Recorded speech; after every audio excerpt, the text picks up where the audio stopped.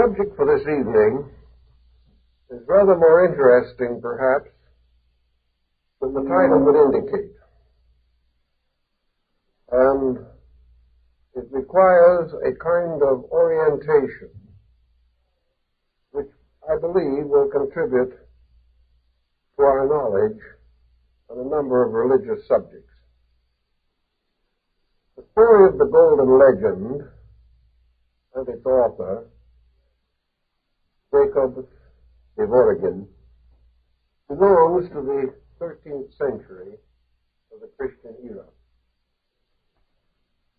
The work and the man were strongly emphasized and influenced by the psychology of the time. The European culture was passing through what we now call the medieval period, a long and difficult time, distinguished rather for its reactionary tendencies than for any contribution to progress. The medieval European was a person of extremely limited education and an almost completely provincial attitude. His life was circumscribed by old patterns and beliefs and folklore to a degree that it is difficult for us to appreciate. The church could not be different from its own time. Its clerics were drawn from the available material of the day. And even those who ascended to relatively high position in the ecclesiastical structure were men of very limited education and, in many instances, ability. We cannot therefore expect a great mature philosophical work to rise from such conditions. We cannot even expect an outstanding literary production.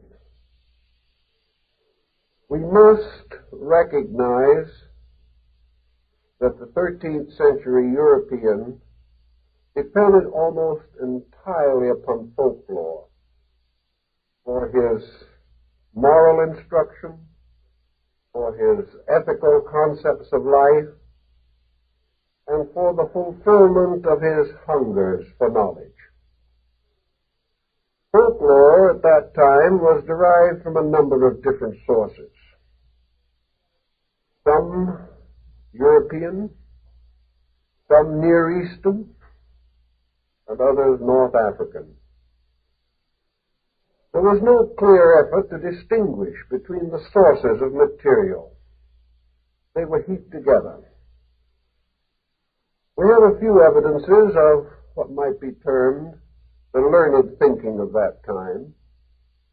And to our eyes, to our comprehension, the scene was most distressing.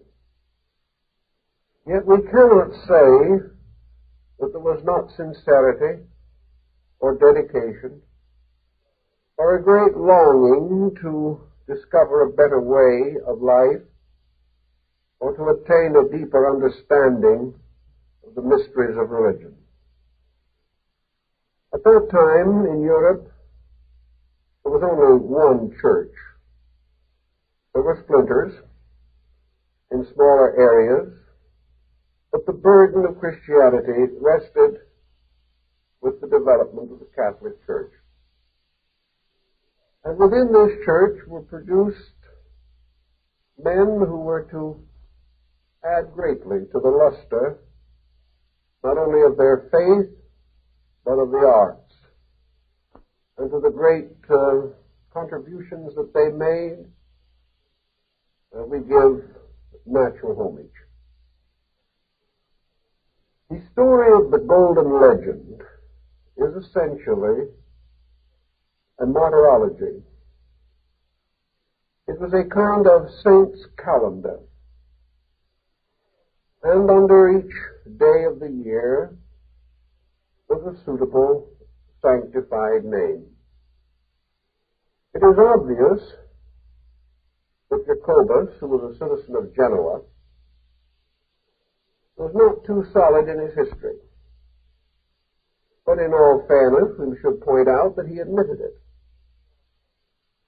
He tells us in his book when he is confused, and that is quite frequently, that he tried definitely to create an inspiring work that would contribute to the well-being of the faithful. As a result of his teachings and preachings, he was elected Archbishop of Genoa by the congregation, not by a political move, but by the natural fondness that the people held for him. After his death, he was beatified, but never canonized. But the Dominican order has special rights to venerate him and to accord him many of the dignities of a saint. The Martyrology, or the Golden Legend, deals with saints.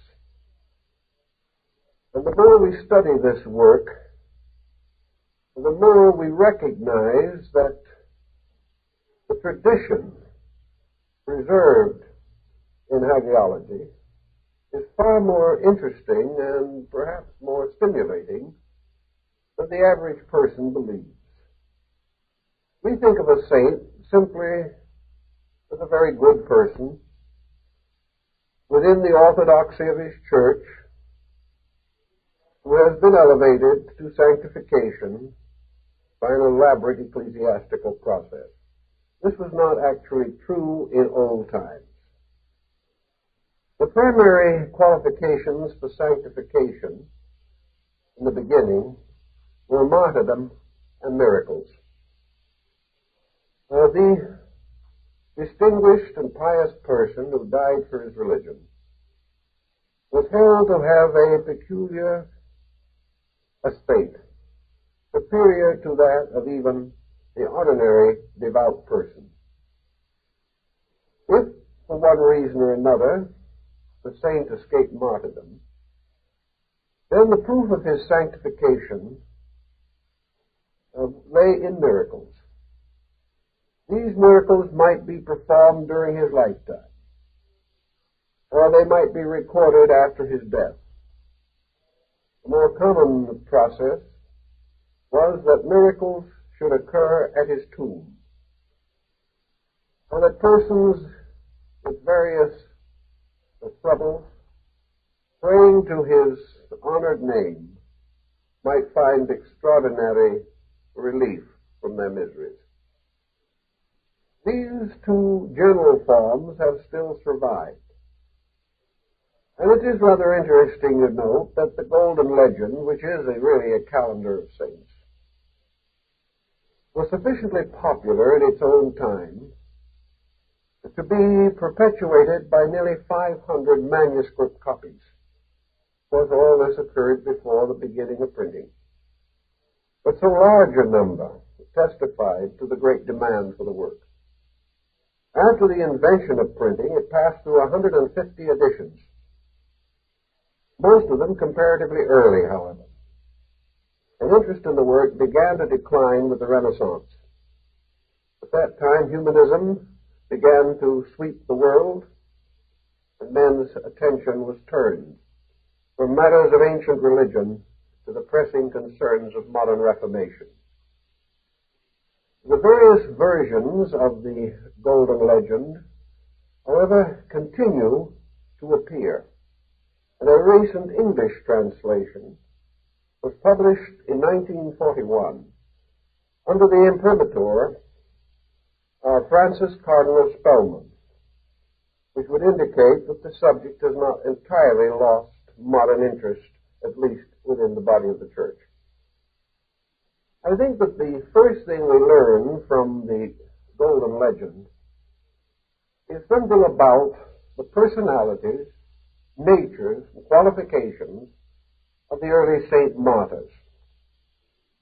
The more we study this description, and a number of writers have remarked this point, which is not at all original with me, the more we realize that the saint really emerges as a transcendentalist. He is a magician. He is a sage. He was a seer. He worked miracles. He could transport himself invisibly from one place to another. He was able to appear in countless of forms and to extend his ministry over inconceivable periods of time. When we are all finished with the general pattern, we see that there is a startling similarity between the saints of early Christendom and the wonder workers, magicians, yogis, and the arhats of Oriental religion. The saint, in many instances, was almost a complete parallel for the Buddhist arhat.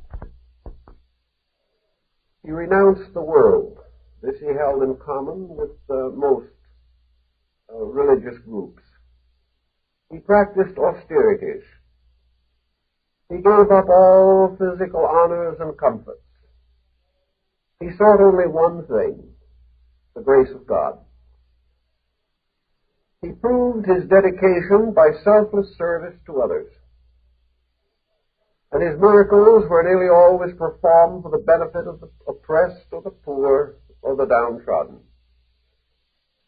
He held all the strange and wonderful powers that we associate with the Oriental Mahatma. Many of these sanctified persons were as eccentric and strange, difficult to comprehend as the old arhats of Zen. And I imagine, had we any kind of likenesses of them, they would indeed be equally a motley group of rich and poor, wise and simple, who had by one manner of effort or another had achieved that end which all well-disposed persons desire. That was the enrichment and fulfillment of eternal and internal resources. Now it is interesting to trace something of the beginning of the story of the saints, not as individuals, but as a type, which in one form or another has appeared in so many parts of the world. Where did the Christian idea of canonization come from? It did not come from the Old Testament. It was not a common policy of the Orthodox Jews of that time. We find no real trace of it in Greek culture, nor does it show, formally speaking, in any phase of Roman belief. We say, formally speaking, because there is one parallel that may be worth noting, and that was the process of the deification of Roman emperors. A Roman emperor, however, when he was deified, might have his likeness raised as a monument in the city, and he would receive popular veneration and adulation. Some emperors were deified during their lifetime, and so were some of the Macedonian kings of Greece. But in these instances, deification was largely based upon some heroic incident. These emperors were not deified because they were good. They were deified because they were powerful. They were recognized as examples of the prevailing psychological standard of the time, where strength and, if necessary, cruelty, these were condoned and applauded if they led to ultimate victory. If they advanced the destiny of the state, all personal considerations were ignored. Thus, the deification of the emperors, either of the Latin or the North African cultures, really does not cover our point, but it has a bearing on it, as we hope to demonstrate. The saint, as far as we can understand him, certainly appears to be an Oriental importation. The type of person that was venerated and canonized by the early church possessed those virtues that were most applauded among Eastern peoples. This does not mean that the good man would not have been regarded as good in his own country. He might have been greatly beloved. He might have been remembered with extraordinary fondness. But our saint is not just this good man. He was good according to the way of his time. And in many instances, he was certainly a spiritual hero. But he was more than this. He was wise. He was skilled. He was learned in many ways, mostly in the ways of mysticism and esotericism. These words, of course, were never used, but his attributes indicated in this direction. So we might look a little bit to try and discover how it came about that about the 1st century A.D., this development of the idea of formal canonization, or the bestowing upon the venerated dead certain spiritual powers of intercession with God. To try to understand this a little better, we'll probably have to travel a bit to another part of the world. When Alexander the Great led his conquests into the East, he reached as far as what is now Pakistan. And then the continual dissensions of his armies and the desire of his soldiers to live to return to their own homes dissuaded him from further conquest. In what is now Pakistan, there developed a mingling of Greek and Indian culture, East Indian culture. This revealed itself by some, at least semi-permanent cultural monuments. After Alexander had departed, these naturally fell into decline. There was nothing to maintain the Greek influence in Pakistan. But about the beginning of the Christian era, Pakistan, this area of it, and parts of Afghanistan became the outer boundaries of the Roman Empire. There was a communication between this area and Italy.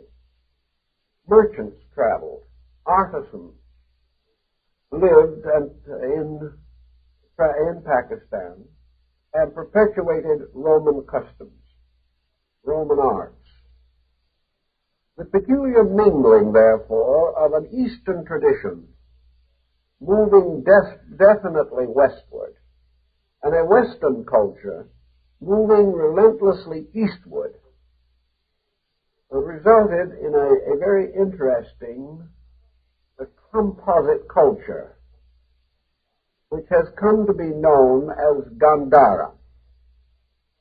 Gandhara was a province or country of no great political importance, part of which is now in Pakistan and part in Afghanistan. From the 1st to the 5th century, the Gandhara enjoyed an extraordinary flowering of art, particularly sculpturing and modeling. Gandhara, during this early period, in the latter part of the first and the early part of the second century A.D., also became a great stronghold of Buddhism. And the country was literally covered with monuments of Buddhistic thought, although Buddha himself had never actually journeyed through this region. In the early years of the second century A.D., as far as we can learn today, Gandhara produced the first human likeness of Buddha. Prior to that time, no effort had been made to represent this great Indian teacher as a person. He was represented only by symbols.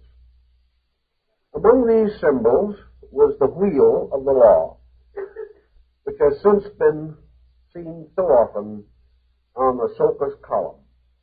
It has more recently become the official symbol of the Indian Republic.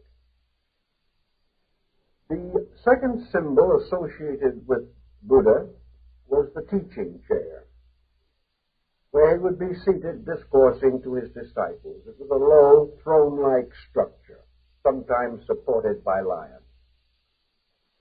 The third symbol peculiarly associated with Buddha at this period was the footprint,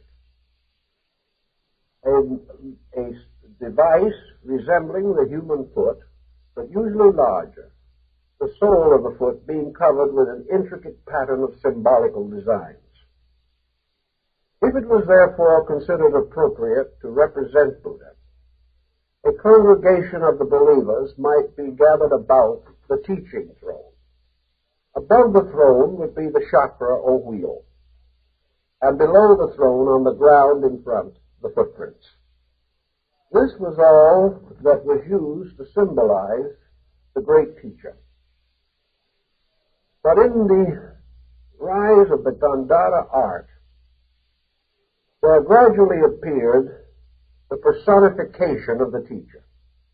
Modern archaeologists think of this by saying that here in Gandhara, the likeness of Buddha was first devised. The anthropomorphic process produced the physical embodiment of the unknown appearance. This physical embodiment itself is very interesting to us. Figures are usually standing, wearing a long and beautifully draped toga.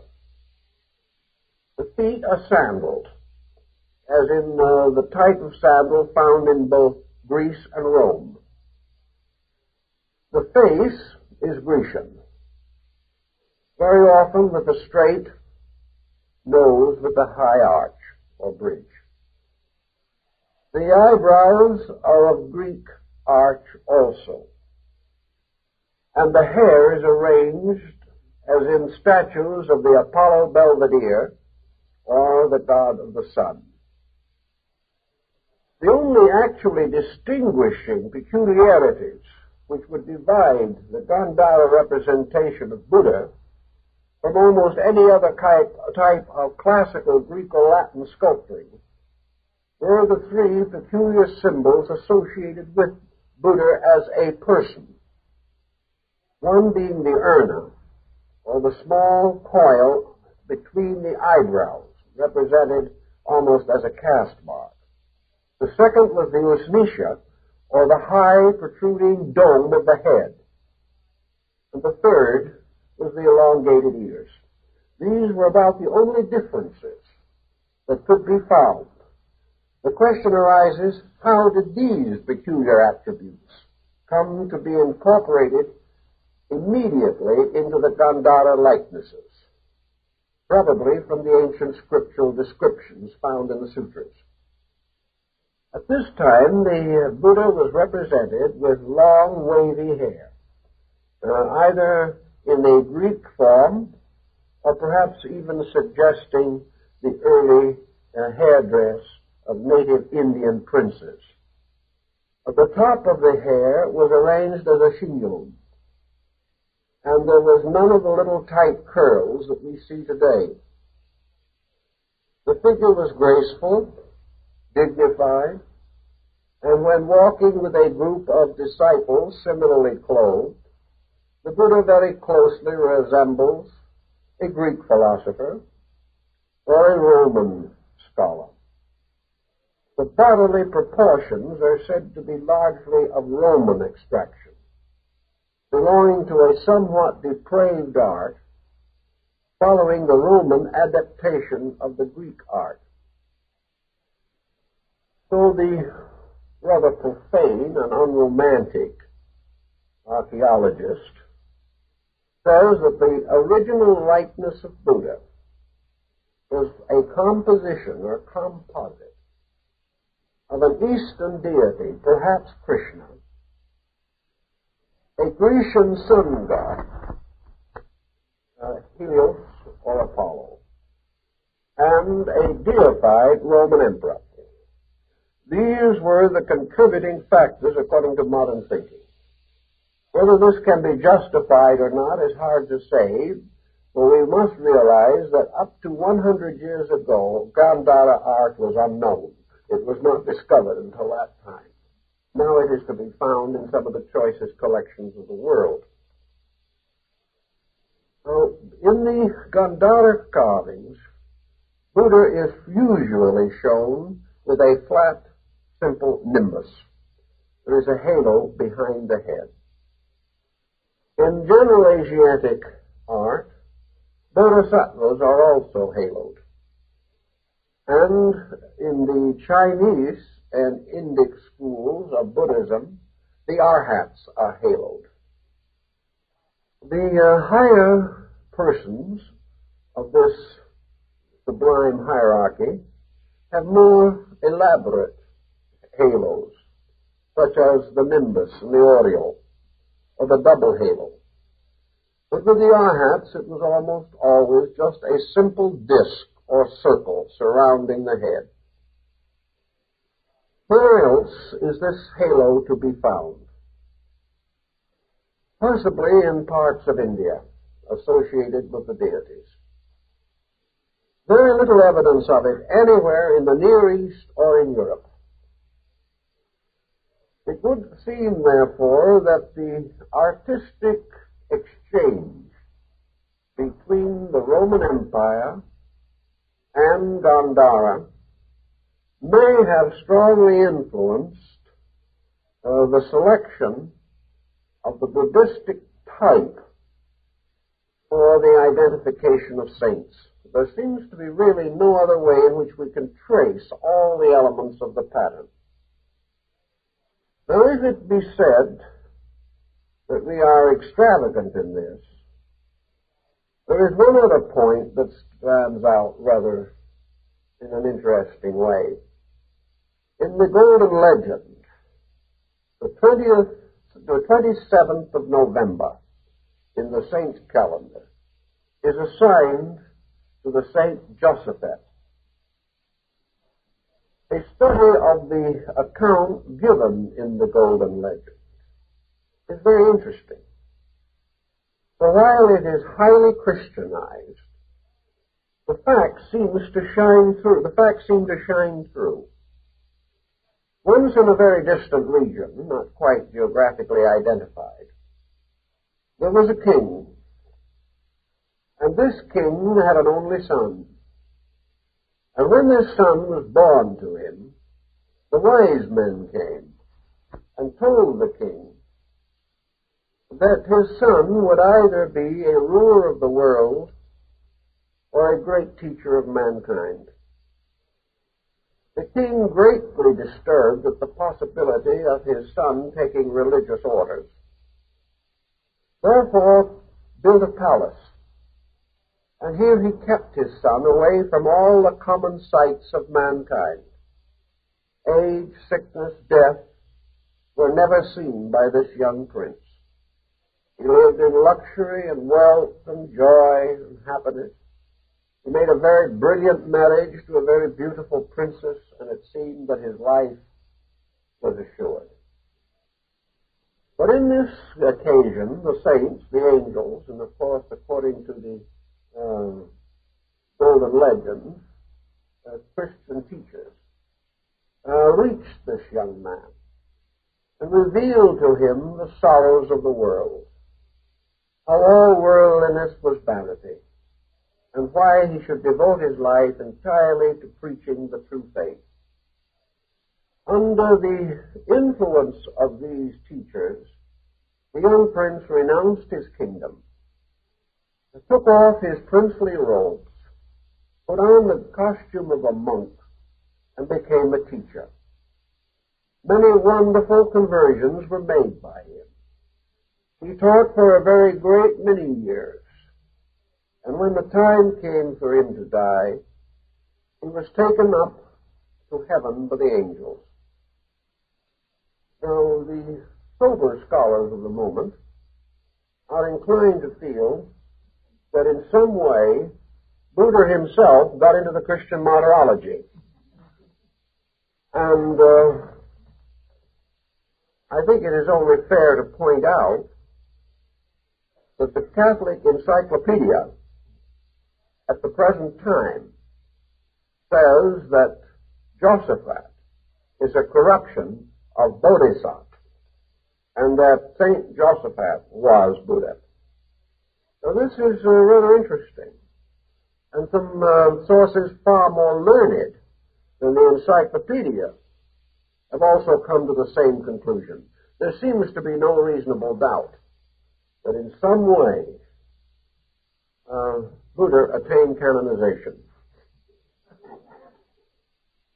If this occurred, there is no reason to doubt some rather definite connection between early Christianity and India. Now, we are not for a moment attempting to say that Christianity is a Hindu religion. Nothing of that nature is intended. What we are inclined to suspect, however, is that the original Christian communities cut off almost totally from the major streams of world progress of their time, most of them in isolated and desolate regions, founded by groups with little or no social standing, and for centuries almost continuously persecuted. But these communities lean heavily upon folklore for the legends and stories which gradually came to be included in the sacred canon of saints. They derived their heroes from anything that was heroic. And the peculiar similarity between the ritualism and sacerdotalism of Buddhism and Christianity has been a thorn in the flesh of missionaries ever since. The Buddhist country is one of the poorest areas to attempt to develop Christian missions. Not because of the antagonism of the people, but because of the immense similarity of the doctrines. There seems to most Buddhists no particular reason why they should be converted. Their own philosophy is almost identical. Now, if this experience occurred back at the beginning of the Christian era, it might explain a number of legends that even went down as far as the Middle Ages. The legends of the great Christian Empire of the East, for example, governed by John the Presbyter. It was believed that from the very earliest times, this great Christian empire had flourished somewhere in Gobi or in the northern Himavad, and that the teaching given to the people there was identical with Christianity. Well, Christian missions were not established that early, even though the Nestorians did reach China at a comparatively early date. So it's very possible that in Asia Minor there was a mingling of traditions and a meeting of minds. United already to Europe by the Silk Road, Asia was sending its silks and brocades to make garments for the Roman empresses. So the far places were not totally unknown. It is very possible that from the figures at Gandhara, and a little later the rise of a more florid art of the same kind throughout northern and particularly northwestern India, might well have provided the concept. For the old Buddhist monk, as represented in these carvings, wore the simple robes that we now associate with the apostles. He was shaven-headed. He carried a staff. He wore a monkish robe, very simple garments, sometimes bound at the waist by a cord, and behind his head was a disk of light. This is almost all that was required. And with the possible exception of the mingling of Eastern thought with the Egyptian tradition at a very early date, there seems to be no other convenient explanation for the rise of a design or pattern that appeared simultaneously in Asia and in Europe. That is the pattern of the holy man. In both areas, holiness led to extraordinary spiritual achievements. The transcendency achieved by the saint became the basis of a new kind of heroic being. Some of the philosophy of this may have been derived from the Greeks, but not the appearance. The Greeks also had their heroes. But again, the heroes were largely men of valor. And deification might come by the individual being picked out of the material world, carried to the heights of Olympus, there to mingle with the gods, and perhaps have his image or likeness translated to the stars. These legends existed. In the Greek initiation rituals, it is known that the hero represented the self-disciplined person, the individual who had transcended his own ignorance and had dedicated himself to the universal good of others. This dedication to the universal good certainly permeates the Golden Legend, although some of the expressions of it are extraordinarily crude. Another interesting possibility arises in the case of the sanctification of St. Catherine of Alexandria. Here again we have almost certainly a pagan borrowing. From the story as found in the Golden Legend, we must be inclined to suspect that St. Catherine is nothing but a Christianizing of Hypatia of Alexandria. The life description given in the Golden Legend clearly states that this, for them, Christian maiden was extremely learned in philosophy and the mathematics, was a great scholar, and was probably the most learned woman of her time. At that time, there was only one woman known in history that corresponded to such a title, and that was the daughter of Theon the mathematician, the head of the Neoplatonic school of Alexandria.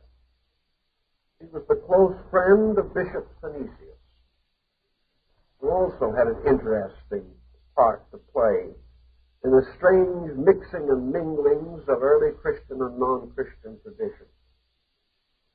Synesius was appointed bishop after the church had agreed to permit him to keep his wife and live with her. He refused to give her up. But they were in such desperate need of a good bishop in that region that they agreed to his, shall we say, eccentricity. Synesius also required that the church should say clearly at all times that the new bishop was a Christian in the performance of his duties, but that in his heart he would always remain a pagan. This they also agreed to do. They must have been right short-handed in those days. Dionysius was a friend of Hypatia and frequently consulted her on important matters of both religion and science. But it is said that through her assistance, he was able to produce advanced forms of water clocks and other means of measuring time. Now, the truth of the matter is, of course, that Hypatia never became a Christian. In fact, she was a pagan martyr who was killed by Christians.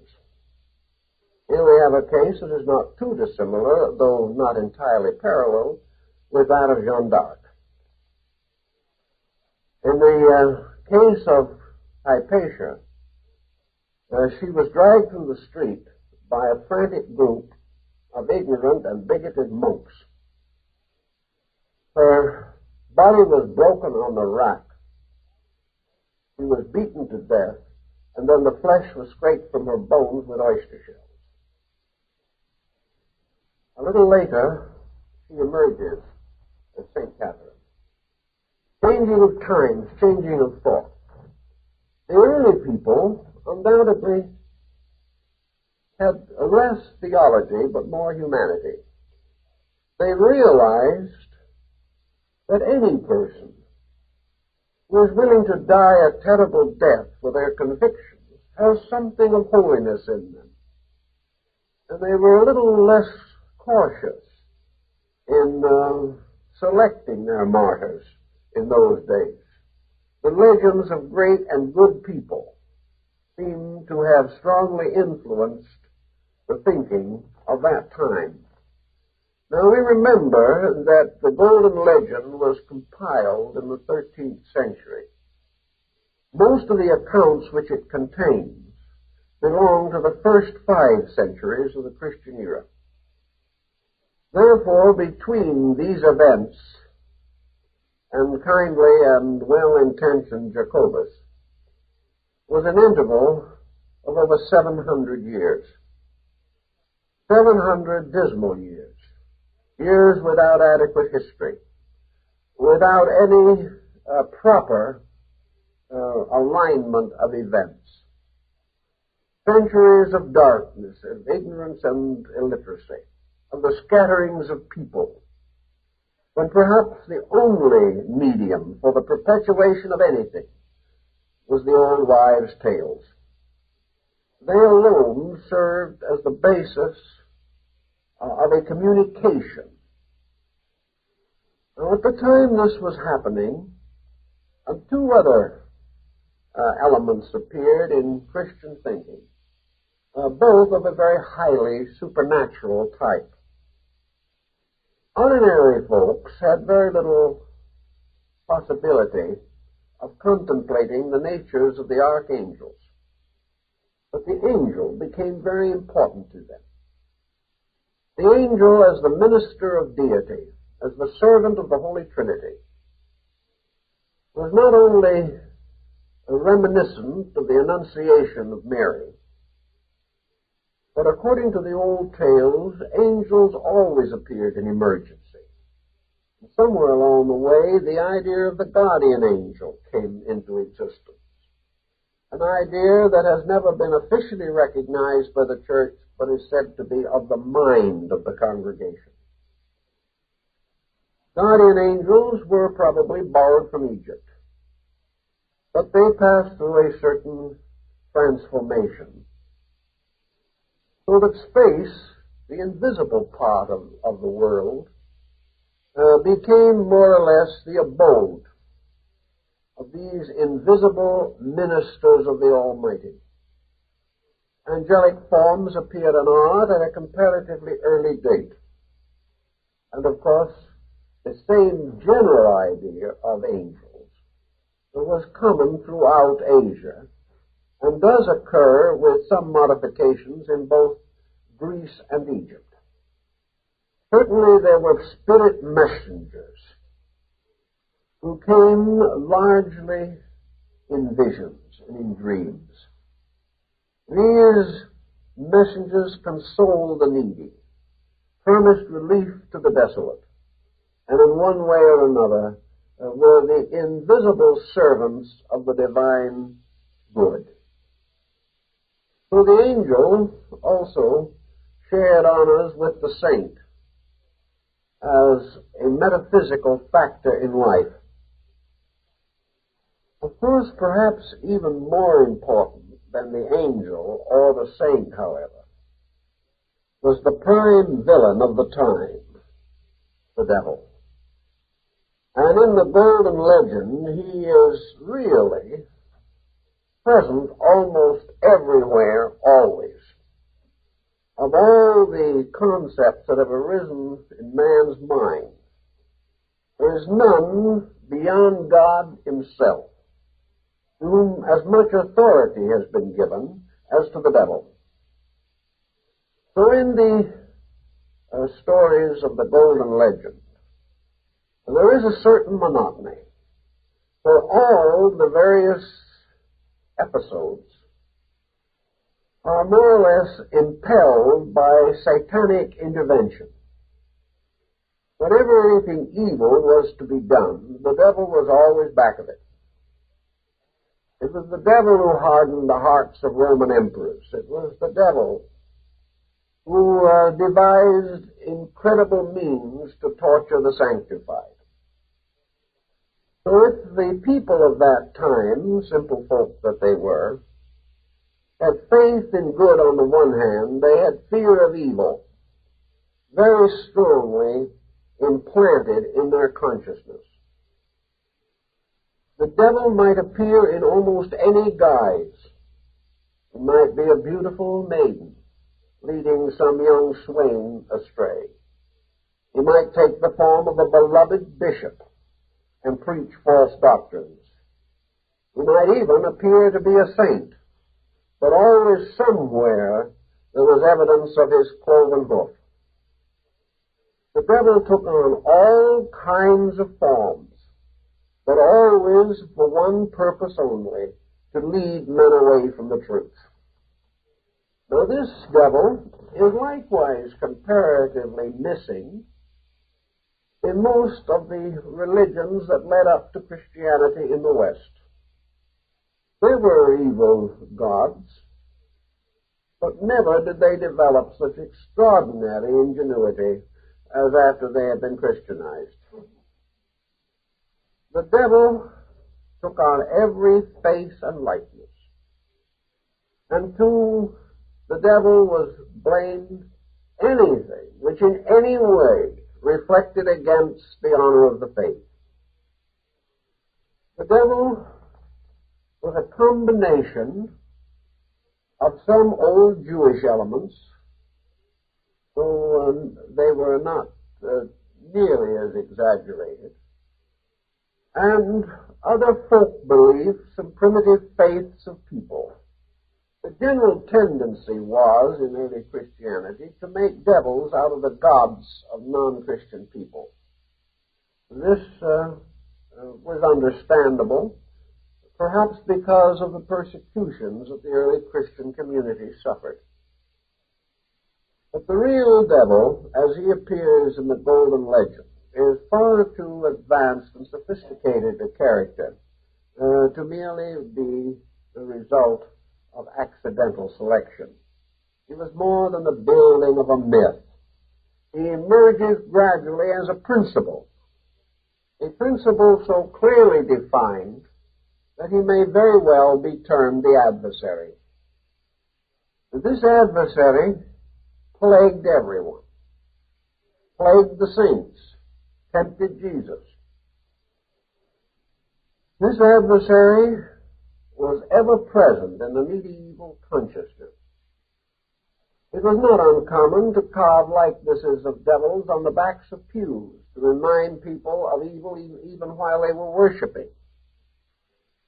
It was assumed that almost all mental disease was demoniac possession, and it was treated largely by exorcism.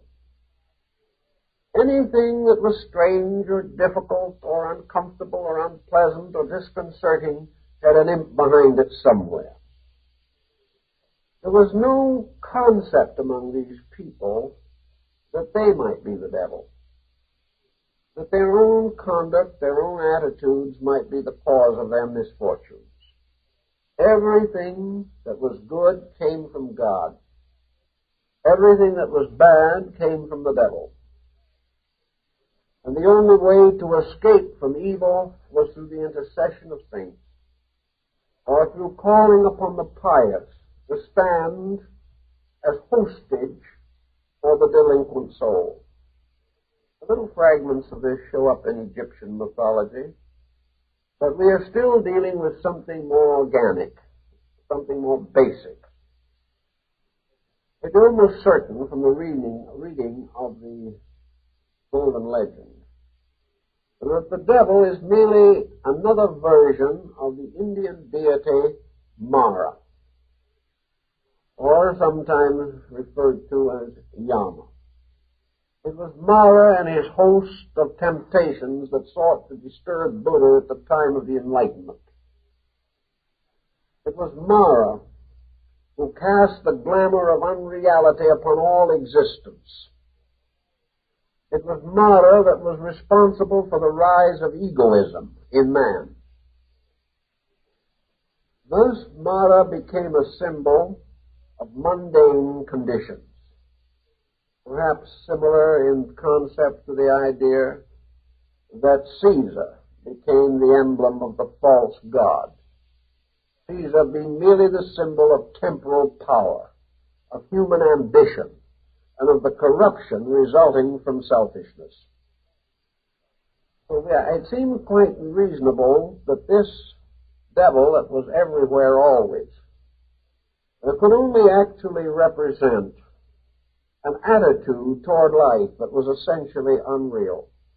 Our forebears in those early days did not rationalize this.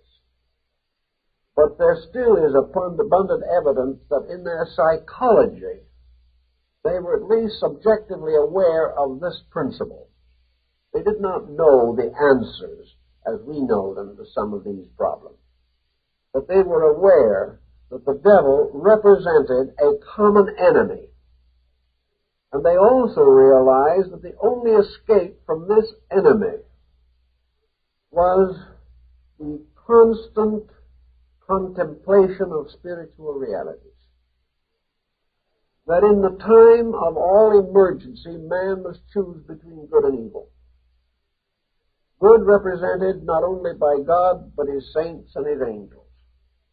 Evil by the demon and his minions. And for every saintly quality, there was an infernal counterpart. And just as God ruled in the heavens, so Beelzebub, prince of the dead and of the devils, ruled in the underworld. The underworld had its equivalent of archangels and angels and saints, but they were all infernal, negative, inverted reflections of the spiritual truths. Thus, evil was good perverted. Evil was nothing more than the victory of selfishness over truth, over reality, over the divine plan of things. Men were being constantly tempted to accept false values. And these false values were finally summed up in the old virtues which the saints sought to exemplify. To escape from the devil, man had to renounce the world. It was good Hindu philosophy, good Buddhistic philosophy, good Chinese morality. The devil, therefore, became a kind of an embodied adversary. For whichever way man turned and however he tried to do good, evil was ever nigh unto him. Every force that he possessed, every faculty that existed within him, every sensory perception had two faces, a face of good and a face of evil. Use always suggested abuse. Abuse always corrupted use. Power became the basis of persecution and tyranny. Man could never depend upon himself. Whenever he really tried to be good, the temptation to be evil was strengthened in him. His very efforts were his undoing.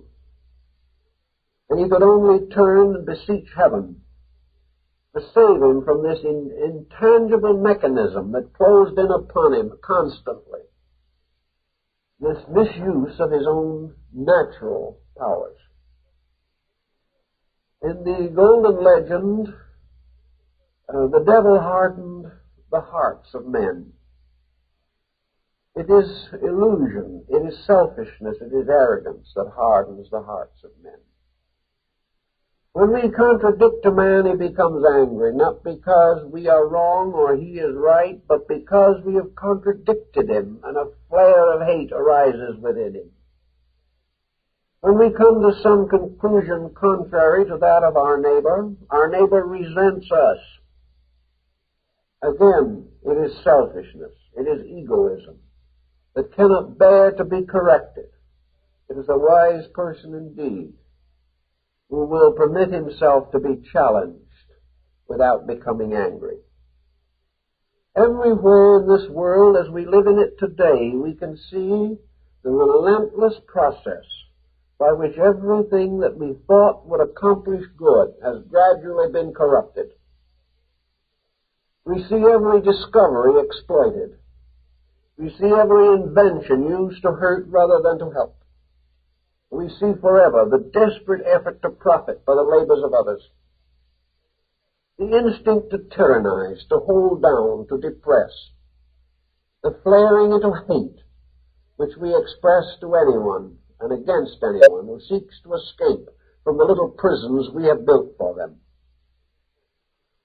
Thus, an ancient people, not particularly learned, not able to fully understand these things, could well assume that this adversary was real. It seemed that it operated with extraordinary cunning. It read our minds. It knew our hearts. It frustrated our steps relentlessly. The only thing they did not understand, of course, was the reason why this spirit knew so much, was that this spirit was in us and knew us completely. It represented the negative polarity, the anti-self. It represented the old atavistic being, always striving to drag us back again to our own more primitive state. The devil always operated through temptation. And temptation, of course, is opportunity. And the individual who has an opportunity to profit at the expense of his ethics may very likely grasp that opportunity. Thus it is said that men sold their souls to the devil. And we have the mysterious Faustian complex, in which the individual sacrifices his eternal glory for the sake of the extension of his temporal powers.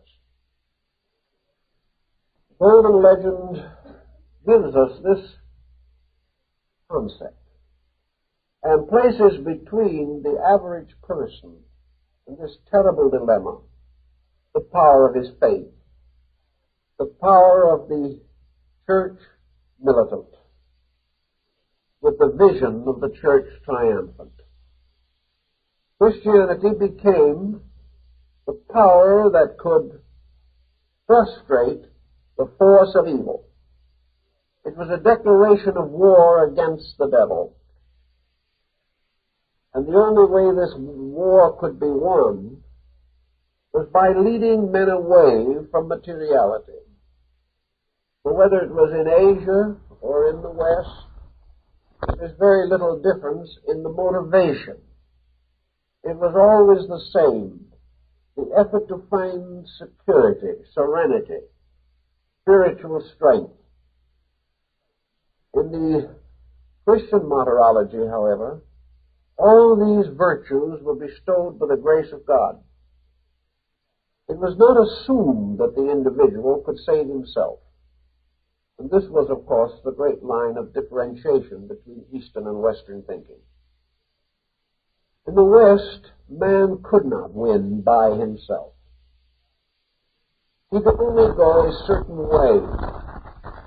And even in this part of the journey, he had to receive the continuous support of guardian spirits, of venerated saints. And he had to know in a mysterious way that the very Holy Trinity itself was aware of his emergency. Thus, in the Christian version of this problem, deity also takes on a new likeness. Deity becomes the personification of principles, even as the demon becomes the personification of vice. Both the East and the West was essentially the same, through silence, through humility, through the renunciation of the complexities and temptations which may lure man into evil. It was assumed that no one was actually secure. We might feel that we have achieved a great deal, that our righteousness is enough. But even then, temptation takes on some other complicated form in these to come. Without the grace of God, or the benediction of a spiritual force descending upon and within man, virtue is impossible to him in Western mysticism. His achievement, therefore, is that he shall become the friend of God, that he shall enjoy the love of God through obedience, through keeping the law, through practicing the virtues. And if in this process of absolute dedication to his God, his adversaries shall afflict him greatly, then his spiritual estate is heightened. He is even more certain of salvation. If he is tortured, then it is obvious to him that he is making the supreme sacrifice for God. That he is rejoicing in pain, because this pain assures his salvation and is the final testimony of his complete sincerity.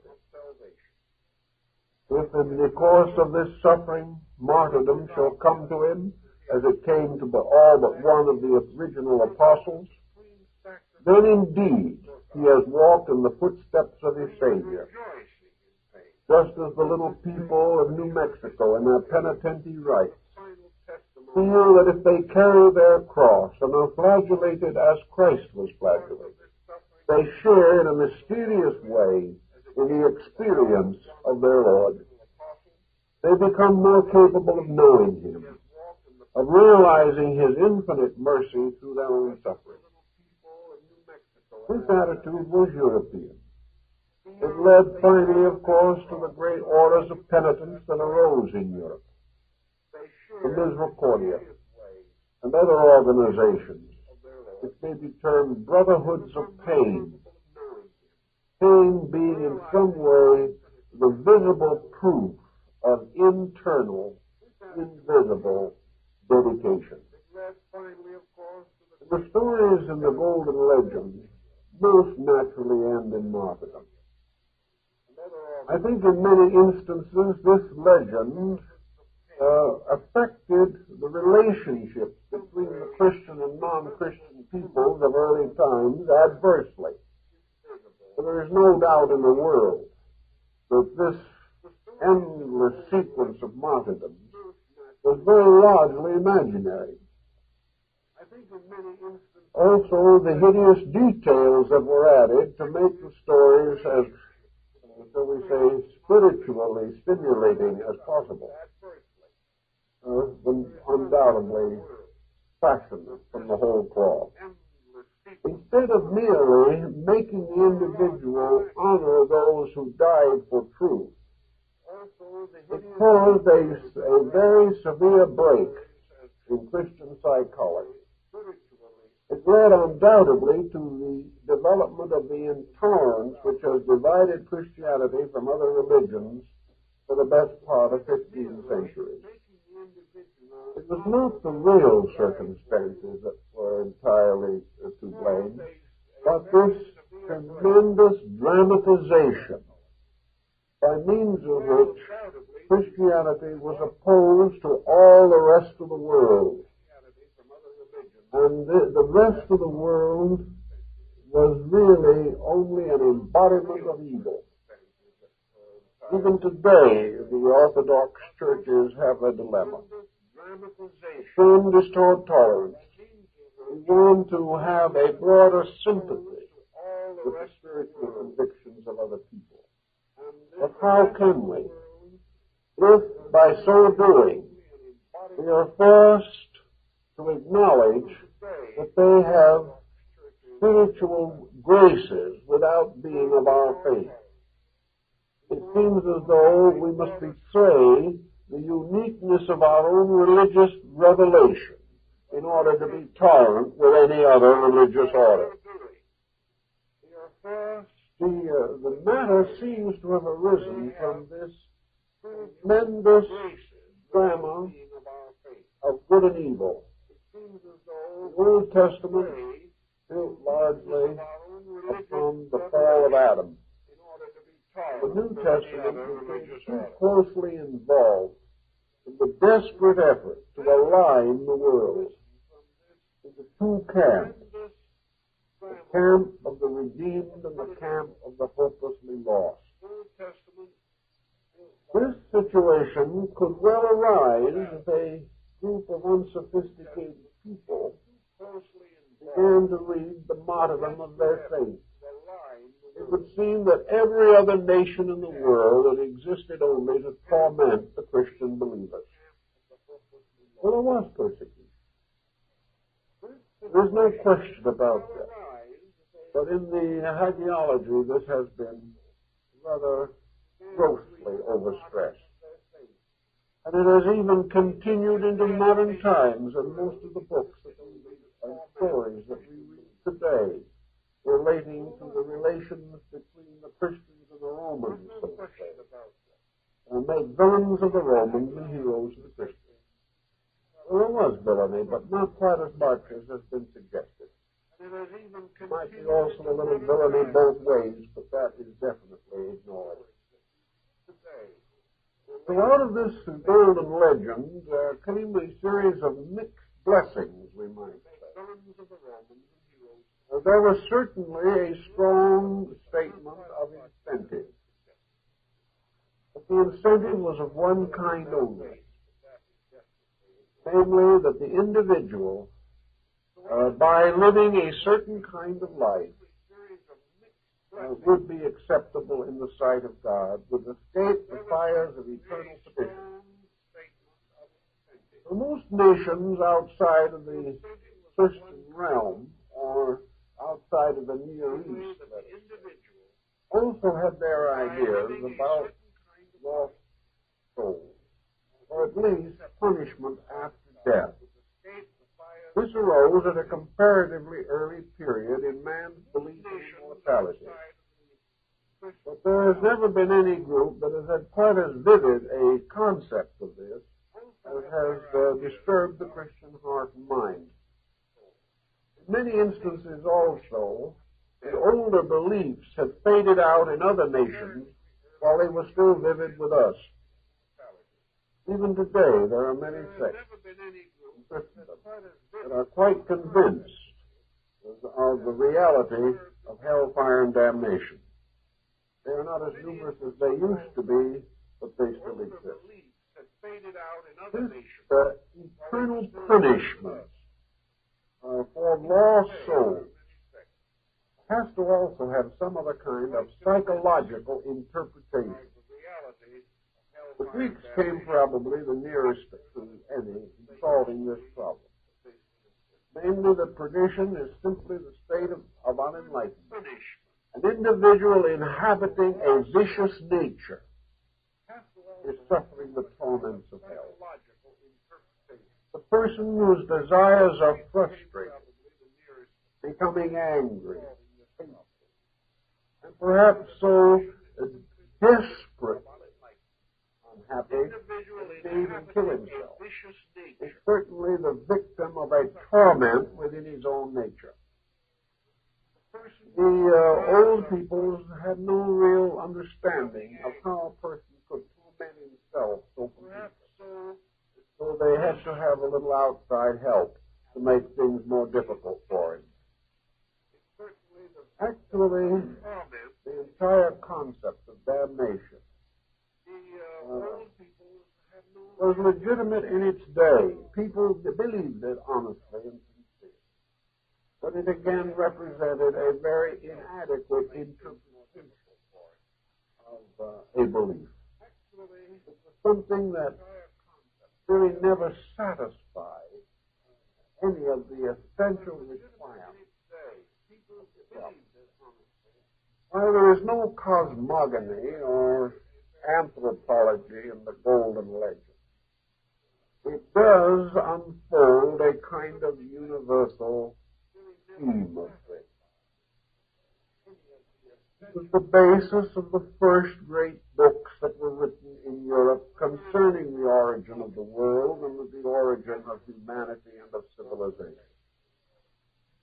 Like nearly all of these other early works, it was completely Western in its focus. It knew consciously, or at least admitted, to practically no world except the Mediterranean culture. Here, in the Golden Legend, was set up a way of life, an order of life. At the upper apex of this entire problem is the eternal glory of God and the establishment of a great trinity of spiritual powers, the Father, Son, and Holy Ghost.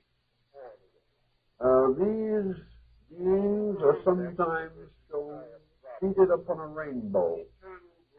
And at one time in Europe, there was a tendency to represent the Trinity by a three-faced deity. This actually arose in Christianity, and there are images of God as a Holy Trinity with three faces and wearing the tiara. This is, however, this was something that did not, shall we say, catch the public fancy in the West. So examples of it are found only in early cathedrals and very rare out-of-the-way places. But they do exist, and they have been reproduced in the time. This idea of the Trinity perhaps again moved in from Asia, but it was not popular. It never took hold. But we do find multi-headed deities among the Egyptians. In the Greeks, they are nearly always limited to demons or monsters of some kind. Below the Trinity, the Holy Trinity, and the family of the deity was the great arch of heaven, the wall of the firmament, which divided the celestial region from creation below. Sometimes deity is represented holding the world in its hand. Sometimes it carries the orb as the symbol of dominion, the scepter as the power of rulership over all things that live. The triple papal tiara, of course, represents the rulership of the three worlds, heaven, earth, and hell. Below the power of deity was gathered the assembly of the redeemed. Here were those who were saved according to the symbolism of the book of Revelation. Here were the elders that fell down to adore before the throne. Here were the blessed souls of the martyrs and the heroic dead. Here were the souls of the little children who had been baptized and redeemed. Likewise, in this area were strange creatures from the mythology of every land that we can imagine, as strange and wonderful as in the apocalyptical description. Then there was a wall that divided the heavenly region from the visible world. Only the mystic or the seer could penetrate this wall and ascend finally into the presence of the eternal. Below this was the material world. And the material world, fashioned as it was, according to a strange molding, a strange precipitation, as discussed in ancient Jewish metaphysical books, this was the world that was cast out of glory. The physical world was the fallen world. It was the world of mortality, of ignorance and superstition. It was the world of penalty and testing and trying. It was a world that existed only in order that human beings could make the decision between virtue and vice. It was a world of opportunity to be good and constant temptation to be evil. And when the angel with the flaming sword cast Adam and Eve from the sidereal garden, this angel stood at the gates of the lower world to permit no one to leave, except according to the laws and prescriptions of the faith. So this lower world was really under the power of evil. But in the early times, this power of evil was acknowledged largely for what it was, the prince of materialism. It was the world of visible and physical things, the world in which men struggled in darkness, seeking in one way or another to sustain themselves, to earn their bread by the sweat of their brows. Men fell into this world as punishment. And in this punishing sphere, this lurking shadow of the Prince of Death was ever present. For this world was circumscribed by birth and death. And in this shadow was the power waiting to receive the souls of the dead, as in the Egyptian ritual. These souls were weighed or tested, or their names were sought out in the book of life. If they had lived according to their faith, and had lived nobly, they might go to join the blessed souls. If they did not live nobly, upon them all types of terrible punishments were inflicted. And they were assumed to go to everlasting despair. Here I think, however, we have a little exaggeration over the original intent.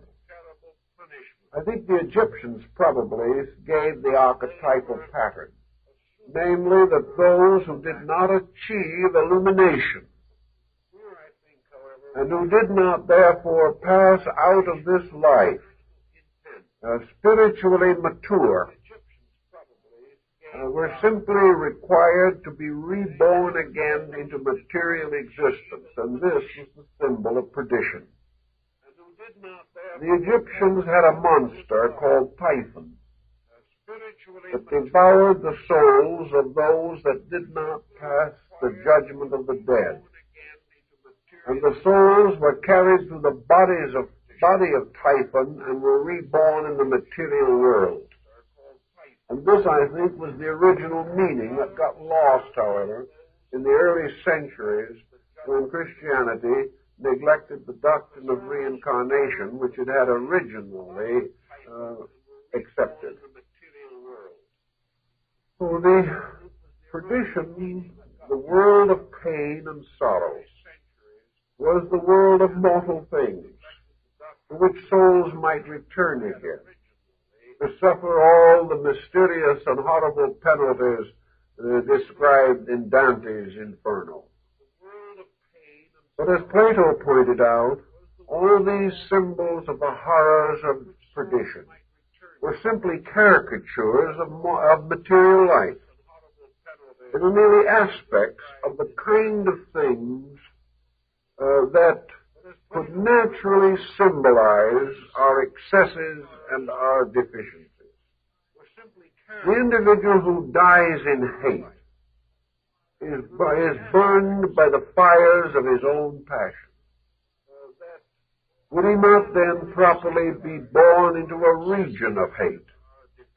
And where could he find a better place to be so born that in this world, where even now, after thousands of years of civilizing, we are still inclined to hate each other. We hate those who oppose us even now. We hate to give the rights and privileges of existence to those who differ from us in any respect. Thus, all the infirmities that we suffer are karmic. And perdition is apparently the Christian name for karma. It is simply retribution. So in this region of retribution in which we all live, how shall we escape? And the answer to this appears to be that we escape through instruction of some kind. We escape through being invited to improve life by the birth within our own souls of a certain spark of insight, which as it develops, gives us greater strength to resist the pressures and temptations of the outer life. In this respect, therefore, as in Oriental philosophy, there is recognized an order of teachers. And this order of teachers includes the heroes of Greek tradition, and the demigods of the Nordic legends, and the divine mortals of the Buddhistic philosophy. These are in truth the arhats. But the arhats are those that sometime, somewhere, long ago, took the obligations of dedication. They, while still weak and infirm in their spiritual abilities and their spiritual resources, still most solemnly dedicated, not only the life they were then living, but all the lives that would come to them, to the service of their fellow men. Indian philosophy recognizes, therefore, this peculiar kind of dedicated souls. These dedicated souls are the virgin youths of ancient Hindu thinking. They are set apart, and at each incarnation, their destiny comes into manifestation with them. These dedicated persons, as arhats, are never completely aware of the fact of their own dedication. In fact, we are told that Buddha did not know in this world that he was a Buddha until the illumination. Up to that time, he was merely a truth seeker.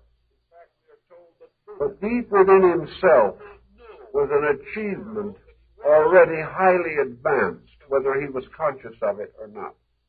The same of the arhat. He has achieved a spiritual worthiness, which his name implies. He comes into this world like everyone else, born into the same infirmities and problems and situations. Therefore, the infinite diversity of appearances and attributes associated with him. There is one difference, however. In him somewhere is this spark of dedication. He is by nature not as unkind as those around him. He is born more patient. He is born perhaps more forgiving, or perhaps with an innate dedication to some humanitarian purpose. All over the world, individuals are born like this. They are born to live for others. They do not know why. They simply feel that way. And in the old philosophies, it was believed firmly that these persons so born were actually the manifestations of a dedicated group that had arisen in remote time and in a long, wonderful procession walked down the ages, taking birth here and there, but always for one purpose only, the benefit of mankind. These individuals developed gradually great heroic ability. They became far more advanced in their conduct than the people around them. We can look down through history and we can say, could this not have been true in the case of Socrates? Was he not born to be of benefit to mankind? Did he ever for a moment swerve from his holden duty? Did he not finally die rather than compromise his principles, when it would have been very easy to save his life? Was not Plato such a man?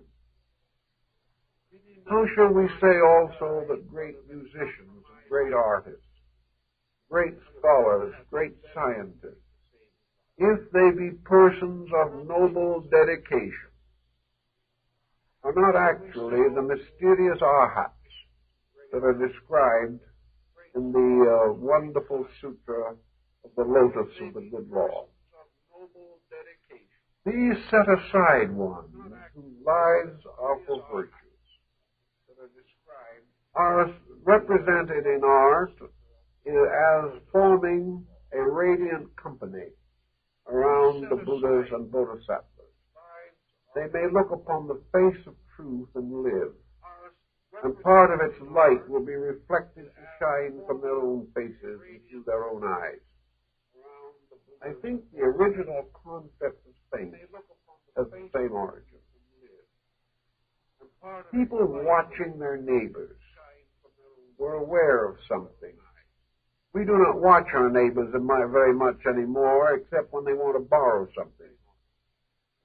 But in old days, when people grew up together and children played with their neighbors and the whole village knew each other, the village knew that every once in a while a wise old man appeared among them. Perhaps he was merely a craftsman, perhaps he made shoes or cut headstones for the local cemetery. But he was a wise man, he was a good man. And in his face was a light of peace, and children loved him, and those in trouble came to seek his help. And in a simple, natural way, he was always willing to help. This man was seldom rich. He was not powerful, but was humble, not only by necessity, but perhaps by choice. He had few ambitions, wished no advancement, but simply wanted to live the life of a quiet person, helping his friends, and making some simple contribution to the economic security of the neighborhood. These, perhaps, were also eyes. The individual didn't have to know. That is a very important part of the story. The Arhat did not know he was an eye. He only lived as an eye. But because he so lived, the long chain of his karma was ripening him for enlightenment, for the final illumination. The miracles of the Arhat were probably the same in the East and West. The miracle of the kind word, the transforming power of the encouraging state, the wonderful restoration of faith in man, simply when he meets another person who is essentially good, the wonderful inspiration of patience, of responsibilities well met, of humility and natural righteousness. All these things transform other people, and they produce the miracles of faith and salvation. So out of this concept of the good man, undoubtedly arose the belief in the saint. The saint was only the very good man. Because he was good, he was beyond temptation. Socrates did not hesitate to die for his principles. And all over the world, good persons have given their lives to the service of others and have not necessarily been martyred, but have fallen victims to many ailments and ills, trying to save other people. The man who dives in the river to save the child saves the child and drowns him. Yet there is some strange nobility about this, and only certain men will do this. They do not know why, but there is something in them that is not in everyone else, or at least has not been developed to the same degree. So it would not be amazing or remarkable that the really devout person, faced with either penalties or the preservation of his integrity, choose to give up his fortune for truth, to choose to relinquish office rather than corrupt it, to choose to die in virtue rather than live in vice. These people exist. They always have existed. And in the early hagiology of the Church, many such persons of a rather heroic, mysterious, and then even remote time, who exemplified such virtues, came to be regarded with exception and grace. It is man's instinctive veneration of good, but it is also his instinctive realization that behind good there is some kind of a machinery, that it is not just an accident. That men do not suddenly decide to be good for no good reason. But the patient man has something behind him, perhaps ages of patience. But the person who returns good for evil does so because of a strength that many others do not possess. Millions of good Christians appreciate the virtue, but not all of them can practice it. When we find a person practicing magnificently that which we might long to practice, but lack the courage, we pay tribute to that person inside of ourselves. We may not acknowledge it, but we respect it. And out of this respect for those whose spiritual achievements are extraordinary, came in the East the Arhat concept, and in India the Mahatma belief, in the Taoism of China, the marvelous sages with their metaphysical power, and in Christendom the saints, for they are all brothers under the skin. They are all one concept developed according to the conditioning of various cultural patterns. Saint is therefore the unfolded self. And in psychology we know that the elder, the patriarch, the wise one in ourselves becomes more or less the symbol of enlightenment and of the capacity for enlightenment, which we all inwardly possess.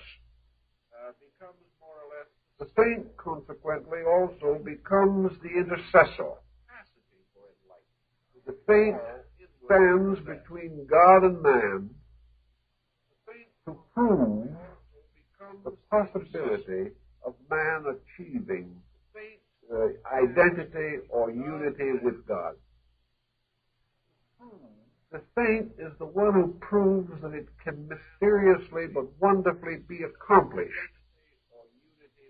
It is a demonstration before the ages that virtue can win. And man has always had a respect for these virtuous ones. He may martyr them, but he will ultimately canonize. He will seldom revere them during their lifetimes because they have interfered with his selfishness. But as he also disappears and new generations that are not touched by personal motives arise, the good man is elevated to his proper destiny.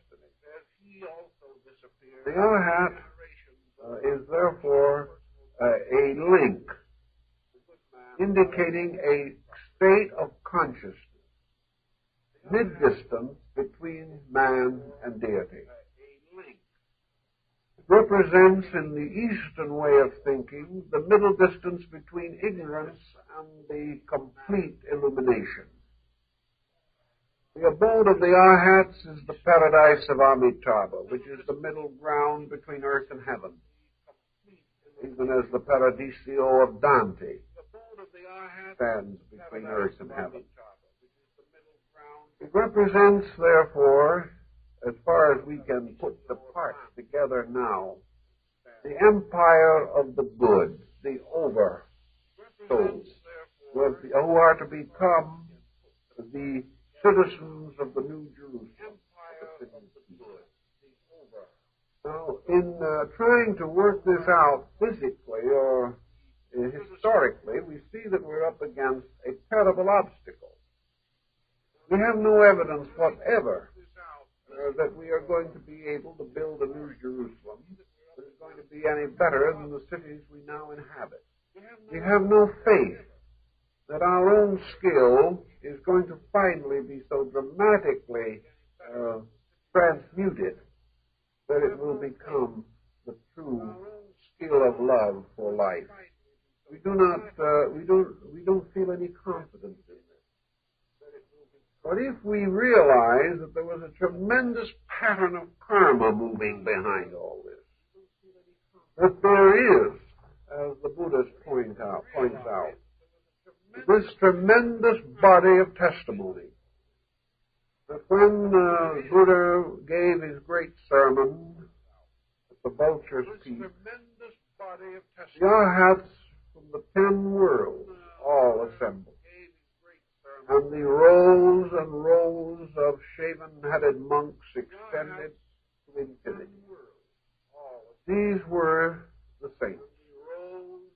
They were not the saints in the sense of being canonized individuals, obviously functioning.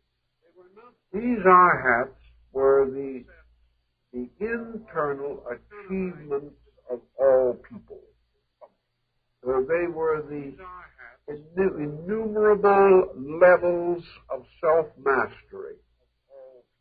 They represented dedication.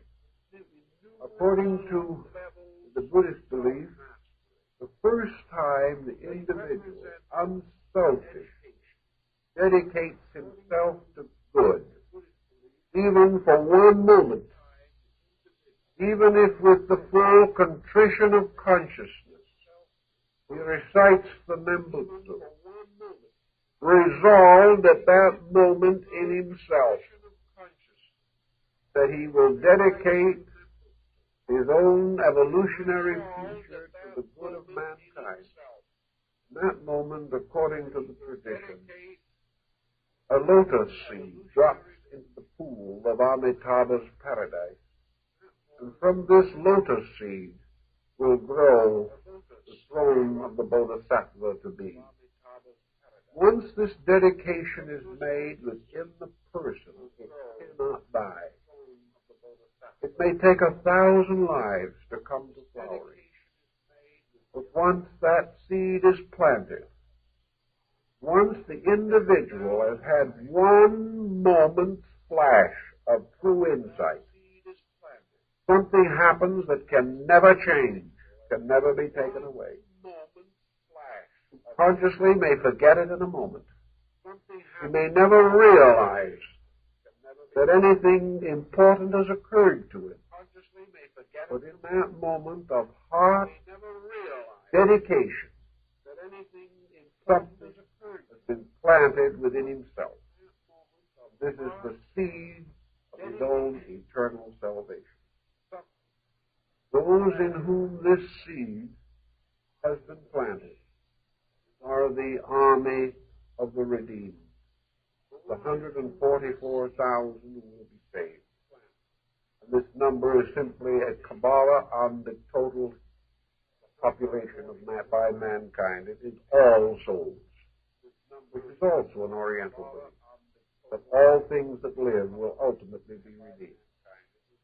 But those who have consciously dedicated themselves to this labor have taken on all of the burden of the karma of regeneration. This dedication is not going to make life easy for them. In the name of this dedication, they may be born and die many times, and they may be martyred. They may voluntarily sacrifice their lives for countless causes. They may take body in backward groups and be subject to ridicule and persecution. They may lead religious reforms and die martyrs because of the hatred of their fellow men. But if this dedication is true, every step forward in conviction is enlarging the heroic estate of that soul. In the fullness of time, it will emerge as a potential world teacher, a universal servant, one of those who are born to serve others. This order that has been impregnated with the consciousness of reality is this middle kingdom between gods and men. And in Christianity, this place is the place of the saints. Many years ago, I talked about many of these problems with the present ecumenical patriarch of the Greek Church, the head of the Eastern Catholic Church of the world. And he assured me that the early church was fully aware of the secret rituals and initiations of Egypt, that he was perfectly confident that their symbolism was derived from the most secret traditions of antiquity, that in some mysterious way the great wisdom of it all had been blocked out, that instead of being developed as Eastern wisdom had been by the constant enlargement of insight, constant strengthening of the knowledge and persuasion of the great religious truth, that in the West, for some reason, by some circumstance, everything had slowly faded out except a very simple moral teaching. That perhaps this was due to the peculiar nature of the people who had to be reached. Even the Buddha says, look at your man before you preach your sermon. And it is true beyond question that if the individual is incapable of understanding, he will misunderstand. So in the West, the tendency was to take all of these more complicated truths and reduce them to a single factor, and that was sincerity. The sincerity of the person was his salvation, his faith, his gentle acceptance, which required no explanation or no reason other than that it was the will of God, which seemed at least at that time to be the most appropriate. And very likely it was, because there was very little to build on. You were dealing with an extremely simple type of human mind, a mind unlearned and unskilled, a mind that wanted only the most simple and inevitable beliefs, belief in God to comfort the soul in sorrow, the belief in salvation, to make a life here endurable, even though it might be full of pain and sorrow. The hope, the constant hope, that the inevitable sinfulness of nature might be cleansed by the grace of God and the healing blood of the Lamb. These simple beliefs demanded very little of the individual except try. That he makes some kind of a dedication. That he make a choice to serve either God or evil. that he strive with whatever courage and strength that he has to keep faith with the Scripture as he understands it, with the faith as it is taught to him, to enter the cathedral or the chapel of the church prayerfully, and with all the devotion and heartfulness that he could. If this warmth of simple resolution could carry him, something happened in him. It was no longer a problem as to whether he achieved a great obvious spirituality. It was not even so much a problem, perhaps, as to where myth began and facts ended. Perhaps this was another way in which the effort was made to create this simple moment of dedication, in which the pearl of great price might be placed in the human heart. Baby seems to give us something of this. But the whole virtue of the procedure was a total giving up of self in complete obedience to the divine will as it was understood. Perhaps the understanding was faulty, but this is not too important. Many faiths will prove faulty, but faithfulness will never fail. The individual who is sincere, even though his faith may be inadequate, experiences the wonderful internal growth of his own sincerity. That is one of the differences between Eastern and Western thinking. In the West, salvation depends upon the faith being true. In the East, salvation begins and ends and depends upon the individual being true to that which he believes. If he believes, as some islanders did, that a dinner plate that was washed on the shore was a deity, and to that dinner plate they gave allegiance, and to that dinner plate they made their obligations of integrity. That integrity is what counts. It is not the face of the deity you worship, whether it be invisible or of wood or of stone. It is the worshipfulness in yourself that sets the mysterious evolutionary processes of spirituality in motion within us. Thus, it may not be fair to say that the golden legend did not cause soul seeds to fall into Amitabha's pool.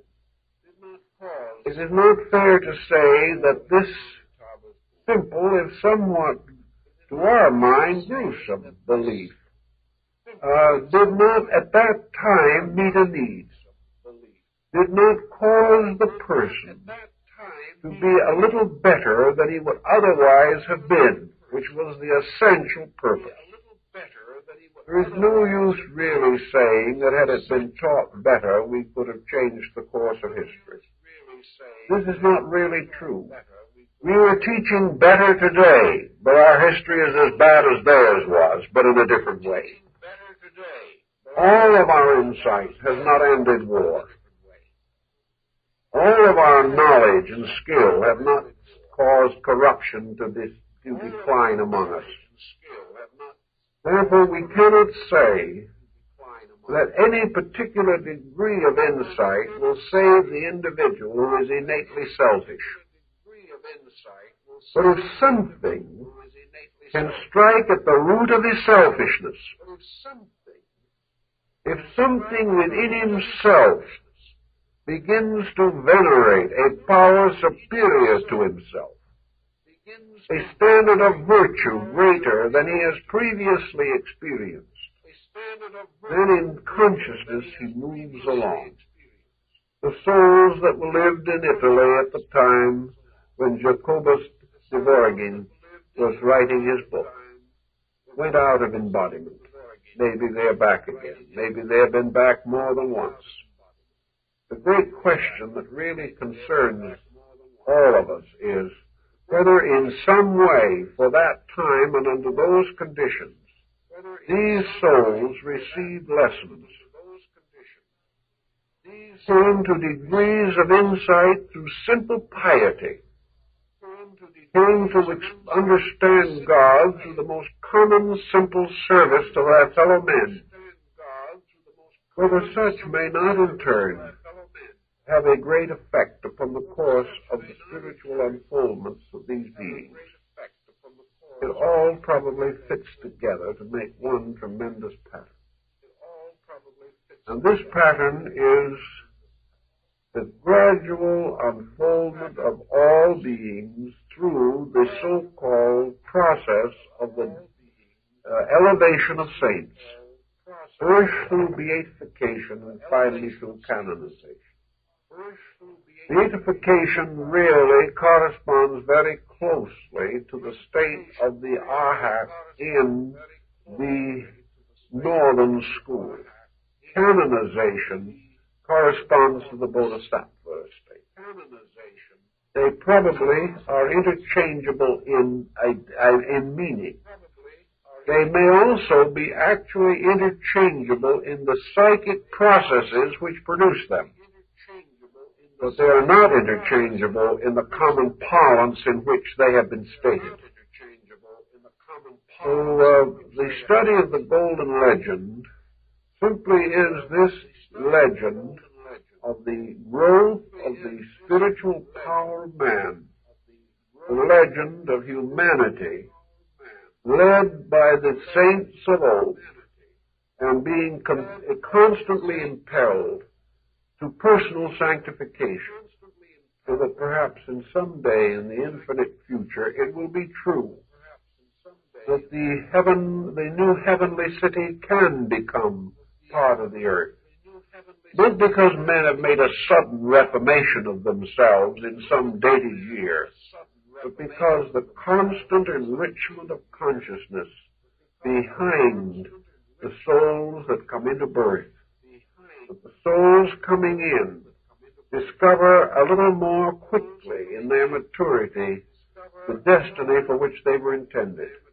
And instinctively they turn from worldliness to the service of each other, placing friendship and truth above all considerations. Today this may happen when a man is 65 years old, but it is still an awakening. In another century it may happen when a man is 55 years old.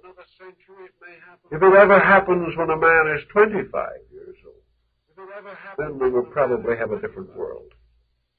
All these processes are parts of motions, and I strongly suspect that the old symbolism of the mysteries and the religious philosophies of both East and West can be traced symbolically in the design of the martyrology of the Christian saints.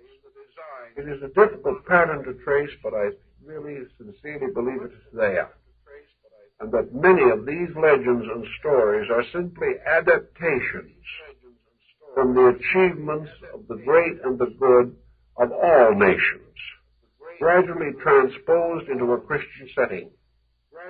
In any event, there is something rather worthwhile if we can go beneath the surface. And for the sake of our own souls, it is always better to look beneath the surface for the truths there than to be disappointed or in some way offended by surfaces. We are nearly always the victim of surface thinking. The moment we go below the surfaces of things, we begin to find the identities of life and truth. Well, our time is up, so I guess we'll have to conclude it for this time. Thank you very much.